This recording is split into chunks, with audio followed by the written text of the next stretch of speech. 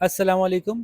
ہم اردو کی کتاب کنول کا ایک لیسن دیکھنے جا رہے ہیں، ایک سبق دیکھنے جا رہے ہیں جس کا نام ہے قصہ حضرت موسیٰ علیہ السلام۔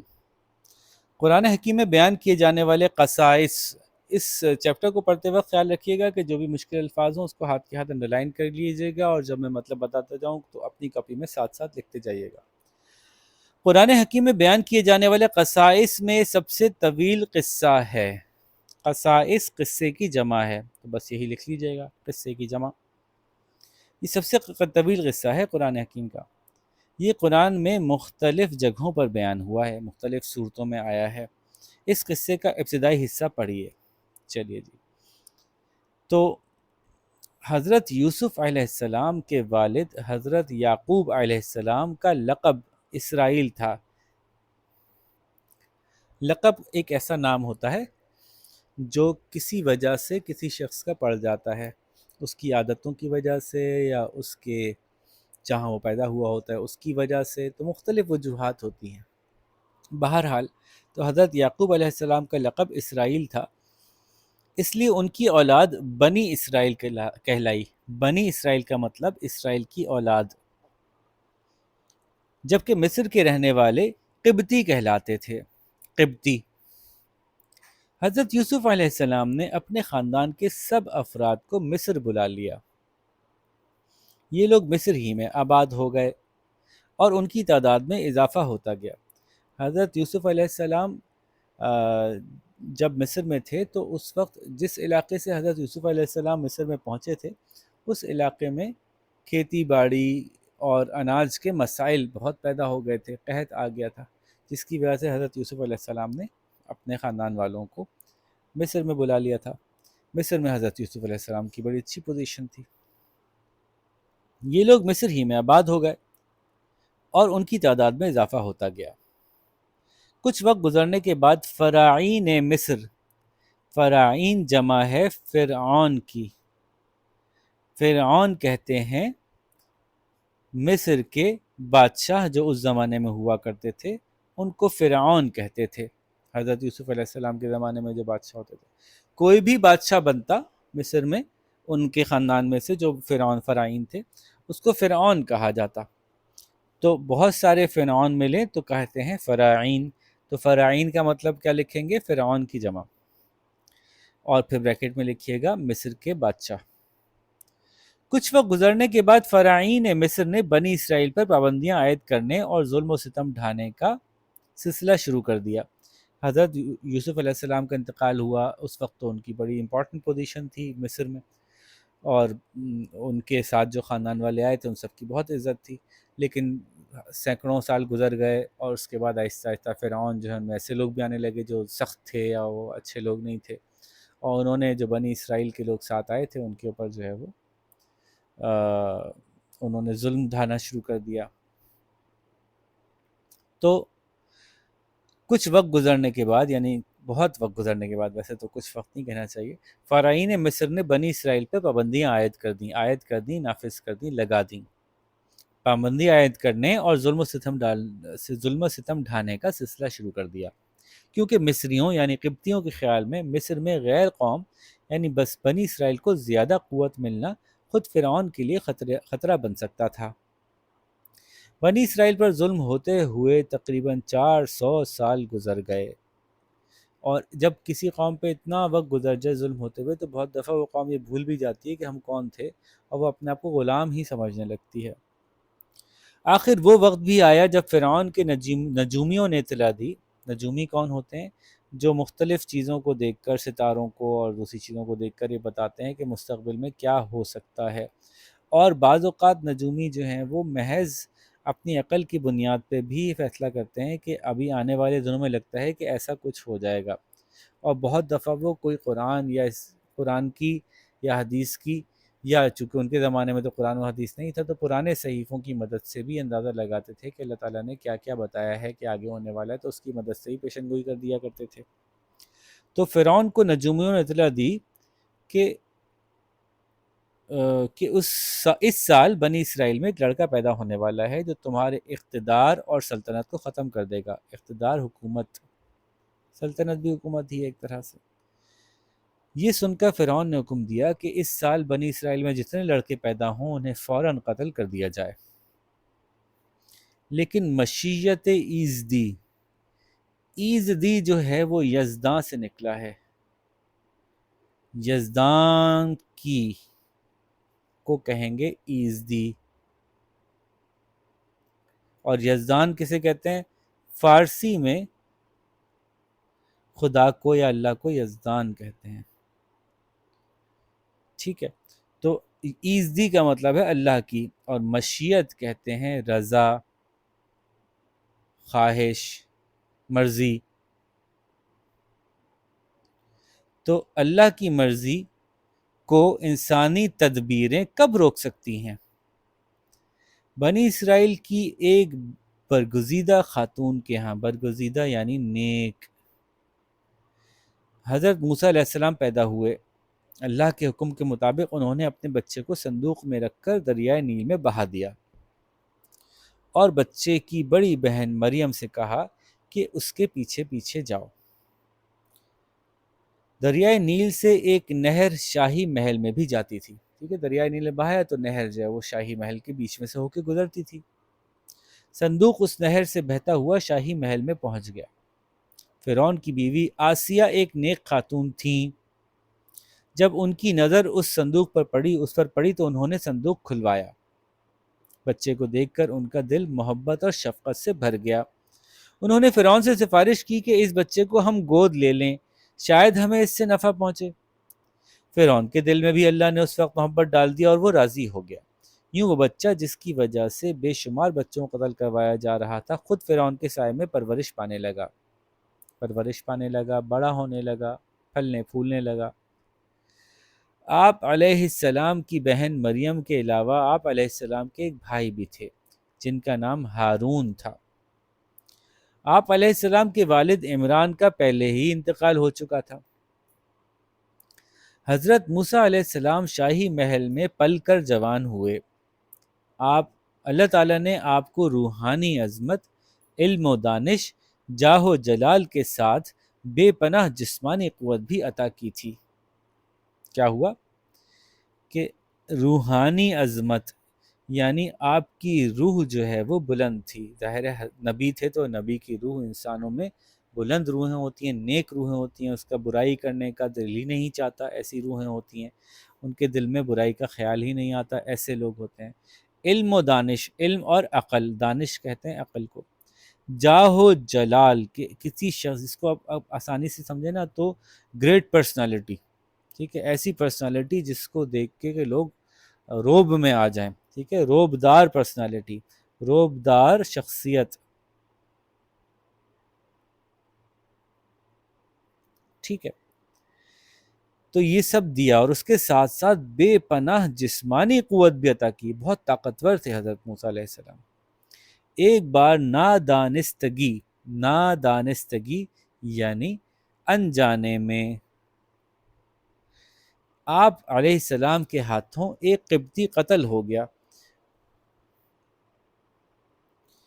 اس غیر ارادی قتل پر آپ علیہ السلام کو سخت ندامت ہوئی، ایک شرمندگی محسوس ہوئی۔ آپ علیہ السلام نے اسی وقت بارگاہ الہی میں استغفار کیا، اور اللہ تعالیٰ نے آپ علیہ السلام کی اس اتفاقی لغزش کہتے ہیں غلطی، اتفاقی لغزش یعنی اتفاق سے ہو گئی یہ غلطی، کو معاف کر دیا۔ وہ کچھ لوگ لڑ رہے تھے، حضرت موسیٰ ان کو بیچ بچاؤ کرانے گئے، ذرا ان کا ہاتھ لگا اور وہ بندہ، ان کو اندازہ نہیں ہوا کہ میرا ہاتھ اتنی زور سے لگ جائے گا، اور وہ بندہ مر گیا۔ تو حضرت موسیٰ علیہ السلام کی اس واقعے کے بعد، لیکن جب فرعون کو اس واقعے کی اطلاع ملی تو اس نے آپ علیہ السلام کے قتل کا حکم صادر کر دیا۔ جب حضرت موسیٰ علیہ السلام کو فرعون کے حکم کی خبر ملی تو وہ مصر سے روانہ ہو گئے، مصر سے نکل پڑے۔ اللہ نے انہیں مدین کے راستے پر ڈال دیا جو فرعون کی مملکت سے باہر تھا۔ مدین ایک علاقے کا نام ہے۔ ایک طویل سفر کر کے آپ علیہ السلام ایک کنویں کے پاس پہنچے تو دیکھا وہاں کچھ چرواہے اپنے جانوروں کو پانی پلا رہے ہیں۔ کنویں سے پانی کیسے پلا رہے ہوں گے؟ کنویں میں ڈول ڈالتے ہوں گے، زمین پہ نیچے کوئی اور ایسی چیز رکھی ہوگی بالٹی نما یا ٹب سا ہوگا، یا زمین میں کوئی گڑھا بنا لیا ہوگا کہ ڈول نکال کے اس گڑھے میں پانی بھرتے ہوں گے، جانور آ گیا کہ پانی پی لیتے ہوں گے، پھر وہ چلے جاتے ہوں گے، پھر اگلے شخص کی باری آتی ہوگی۔ تو جانوروں کو پانی پلا رہے ہیں، اور دو لڑکیاں اپنے ریوڑ لیے، ریوڑ جانوروں کا مجموعہ، ریوڑ لیے ایک طرف اپنی باری کا انتظار کر رہی ہیں۔ حضرت موسیٰ نے ان کی مدد کی اور وہ لڑکیاں اپنے جانوروں کو پانی پلا کر جلد واپس چلی گئیں۔ مدد یوں کی کہ سارے مرد گھسے ہوئے تھے، اب لڑکیوں کو موقع ہی نہیں مل رہا تھا کہ وہ آگے آئیں، ان کی باری ہی نہیں آ رہی تھی، حالانکہ وہ پہلے سے آئی ہوئی ہوں گی۔ تو حضرت موسیٰ نے، چونکہ مرد تھے تو وہ طاقتور بھی تھے، تو ذرا تھوڑا سا ان لوگوں کو ادھر ادھر کے بھائی خواتین ہیں ان کو جگہ دو کر کے، اور پانی بھر دیا ہوگا ان کا۔ تو وہ لڑکیاں اپنے جانوروں کو پانی پلا کر جلد واپس چلی گئیں۔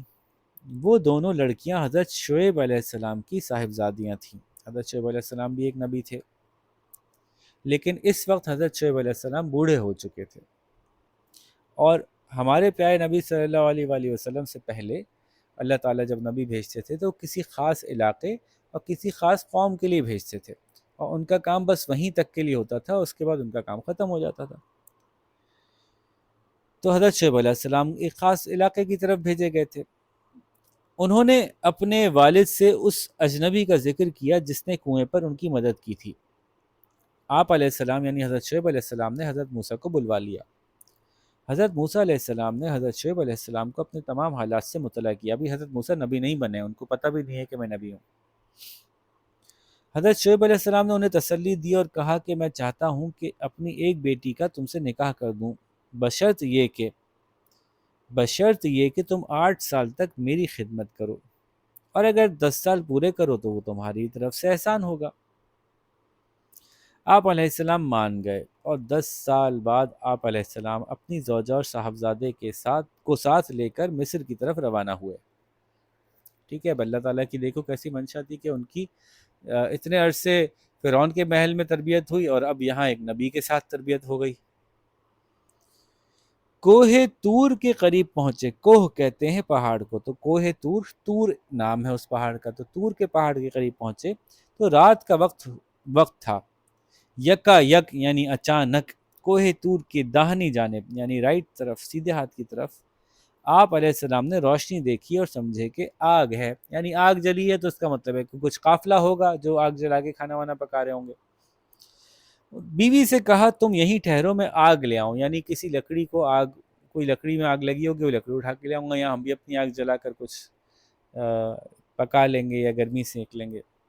یہ کہہ کر آپ علیہ السلام طور کی جانب بڑھے تو ایک عجیب منظر دیکھا۔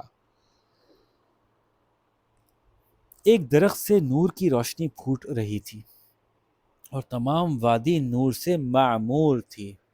معمور جو ہے یہاں پہ استعمال ہوا ہے روشن ہونے کے اعتبار سے، معمور تھی، نور پھیلا ہوا تھا، یعنی نور سے روشن تھی۔ حضرت موسیٰ علیہ السلام حیرت کے عالم میں خاموش کھڑے تھے۔ یکا یک صدا آئی، اے موسیٰ، میں تمہارا پروردگار ہوں، تو اپنی جوتیاں اتار دو، تم یہاں پاک میدان طوٰ میں ہو، اور میں نے تمہارا انتخاب کر لیا ہے، تو جو حکم دیا جائے اسے سنو، بے شک میں ہی خدا ہوں، میرے سوا کوئی معبود نہیں، تو میری عبادت کرو اور میری یاد کے لیے نماز پڑھا کرو۔ تو یہ بات جو ہے وہ اللہ تعالیٰ نے حضرت موسیٰ سے کہی، اور حضرت موسیٰ بھی یہ سمجھ رہے تھے کہ یہ درخت نہیں بول رہا ہے، بلکہ درخت کے طرف دیکھ رہا ہوں اور اللہ تعالیٰ کا پیغام سن رہا ہوں۔ اس وقت آپ علیہ السلام کو 2 معجزات عطا ہوئے۔ اللہ تعالیٰ نے حضرت موسیٰ علیہ السلام کو عصا پھینکنے کا حکم دیا۔ ابھی علیہ السلام آ گیا، نام رہ گیا۔ حضرت موسیٰ علیہ السلام کو عصا پھینکنے کا حکم دیا۔ عصا یعنی وہ لکڑی جو آپ سہارے کے لیے یا جانوروں کو بھگانے کے لیے لے کر ساتھ چلتے ہیں۔ عصا زمین پر گرتے ہی ایک ہیبت ناک اژدہے میں تبدیل ہو گیا۔ اژدہا ایک بہت بڑا سانپ ہوتا جیسے کہ آپ نے سنا ہوگا نام اینا کونڈا کا. پرانے زمانے میں ڈریگن کا لفظ بھی اژدہے کے لیے استعمال ہوتا تھا. جسٹ بائی دا وے. حضرت موسیٰ علیہ السلام خوف زدہ ہو گئے. حکم ہوا کہ ڈرو نہیں، ہاتھ بڑھا کر پکڑ لو. حضرت موسیٰ کے پکڑتے ہی وہ پھر عصا بن گیا. دوسرا حکم ہوا اپنا ہاتھ بغل سے لگا کر نکالو، وہ کسی عیب کے بغیر چمکتا دمکتا نکلے گا. تو پھر وہ ایسے ہی ہوا. انہوں نے اپنا ہاتھ جب بغل میں ڈال کے نکالا تو وہ چمک رہا تھا ہاتھ. تو وہ کہتے ہیں نا حضرت موسیٰ علیہ السلام کے ہاتھ کو ید بیضا، ید کہتے ہیں ہاتھ کو، اور بیضا کہتے ہیں سفید چمکدار. پھر حکم ہوا کہ ان معجزات کے ساتھ فرعون کے پاس واپس جاؤ، وہ بہت سرکش ہو گیا ہے. سرکش یعنی اپنی مرضی چلانے والا، گھمنڈی، خود سر، متکبر. اس کو دین برحق کی دعوت دو. دین برحق یعنی اسلام، سچا دین، سچے دین کی دعوت دو. حضرت موسیٰ علیہ السلام نے عرض کیا، اے پروردگار میرا سینہ کھول دے، ربی شرح لی صدری، اور میرا کام آسان کر دے، ویسر لی امری، اور میری زبان کھول دے، واحلل عقدۃ اللسانی. ٹھیک ہے، کچھ اسی طرح سے تھی نا آیت جو ہم نے قرآن میں پڑھتے ہیں، اور بہت سے بچے جو ہیں وہ یہ آیت کی تلاوت کرتے ہیں اپنی تعلیم کے حوالے سے بھی. تو وَيَفْقَهُ قَوْلِي، تاکہ لوگ میری بات سمجھ سکیں. آپ علیہ السلام نے اپنے بھائی حضرت ہارون علیہ السلام کو اپنا مددگار اور وزیر بنانے کی دعا بھی کی. آپ علیہ السلام نے اپنے بھائی حضرت ہارون کو اپنا مددگار اور وزیر بنانے کی بھی دعا کی اور ارشاد ہوا، موسیٰ تیری دعا قبول کی گئی. یہ سورہ طٰہٰ میں ہے. قال رب اشرح لی صدری ویسر لی امری واحلل عقدۃ من لسانی یفقہوا قولی واجعل لی وزیرا من اہلی ہارون اخی. ٹھیک ہے جی. تو یہ پورا کیس تھا، پورا اس طرح سے ہوا سینیریو. اسی وقت مصر میں حضرت ہارون کو نبوت عطا ہوئی. پھر دونوں کو حکم ہوا کہ اللہ کی نشانیاں لے کر فرعون کے پاس جائیں اور اس سے نرمی سے بات کریں، شاید وہ غور کرے یا عذاب سے ڈر جائے. اللہ تعالیٰ نے انہیں ہدایت کی کہ میری یاد سے کسی وقت بھی غافل مت رہنا. تو یہ انہوں نے حضرت موسیٰ علیہ السلام کے قصے میں سے کچھ لیا. بہت بہت تفصیلی باتیں ہیں، کیسے گئے، پھر فرعون سے کیا کہا، پھر فرعون نے کیا کہا، پھر اس کے جادوگر آئے، پھر کس طرح سے ان کے جادوگروں نے اسلام قبول کر لیا. یہ بڑا مزیدار سا واقعہ ہے. بس دیکھ لیتے ہیں اس کی. الفاظ کے معنی تو آپ لکھ ہی چکے ہوں گے. یہ کثیر الانتخابی یعنی ایم سی کیوز بھی آپ کر ہی لیں گے آرام سے. اور مختصر سوال یہ بھی آسان ہے، اپنے خاندان کے سب افراد کو بلانے والے پیغمبر کا نام لکھیے. فرعین مصر کس قوم پر ظلم کرتے تھے؟ تو بچوں والے سوال ہیں. اب یہ آپ لوگوں کے لیے مشکل نہیں ہونے چاہیے کسی بھی صورت. پھر تفصیلی جواب میں حضرت موسیٰ علیہ السلام کا پیدائش کے بعد فرعون کے محل پہنچنے کا واقعہ تحریر کیجیے، کہ پیدائش کے بعد فرعون کے محل کیسے پہنچے تھے. وہ حضرت ان کی والدہ نے جو ان کو صندوق میں ڈالا تھا، مصر سے نکل کر کہاں گئے تھے، اس کی کیا وجہ تھی، وہ لکھیے تفصیل سے. اللہ تعالیٰ سے حضرت موسیٰ کے ہم کلام ہونے والا واقعہ جو ہے وہ تفصیل سے لکھیے. حضرت موسیٰ کے معجزات کی تعداد اور تفصیلات تحریر کیجیے. اچھا، یہ آپ اس کتاب سے ہی کر لیجئے. تو یعنی وہ جو ان کا عصا تھا اور ان کا جو ہاتھ تھا جو سفید ہو جاتا تھا، روشن ہو جاتا تھا. اللہ تعالیٰ سے کیا دعائیں کیں وہ میں نے ابھی بتائیں آپ کو، انہوں نے کتاب میں بھی لکھی ہوئی ہیں. احکامات کیا دیے گئے وہ ترتیب وار لکھیے. اس کے بعد الفاظ کو جملوں میں استعمال کیجیے. جمع بنائیے قصہ کا، قصص، لقب کا، القاب، ظلم کا، مظالم، اطلاع کا، اطلاعات، تدبیر کا، تدابیر، علم کا علوم، حکم کا احکام، احسان کا احسانات۔ جی پورا ہی میں نے کر دیا آپ کی خاطر۔ ہندسوں کو الفاظ اور الفاظ کو ہندسوں میں تحریک کیجیے، یہ بھی آسان ہے، خود ہی کیجیے گا۔ 17 اور 22 اور 33 اور 47 یہ سب پھر جملوں میں استعمال کیجیے ان کو، تو یہ تو آسان سا سوال ہے، اس میں تو کوئی کام رہ ہی نہیں گیا۔ تو یہ پوری ایکسرسائز مجھے تو لگتا ہے 1 دن کی تھی، آپ آرام سے کر لیں گے اس کو۔ تو امید ہے سمجھ میں بھی آ گئی ہوگی، آپ اس کی آرام سے اچھی سی ویڈیو آڈیو بھی بھیج دیجیے گا۔ اپنا خیال رکھیے گا، اللہ حافظ۔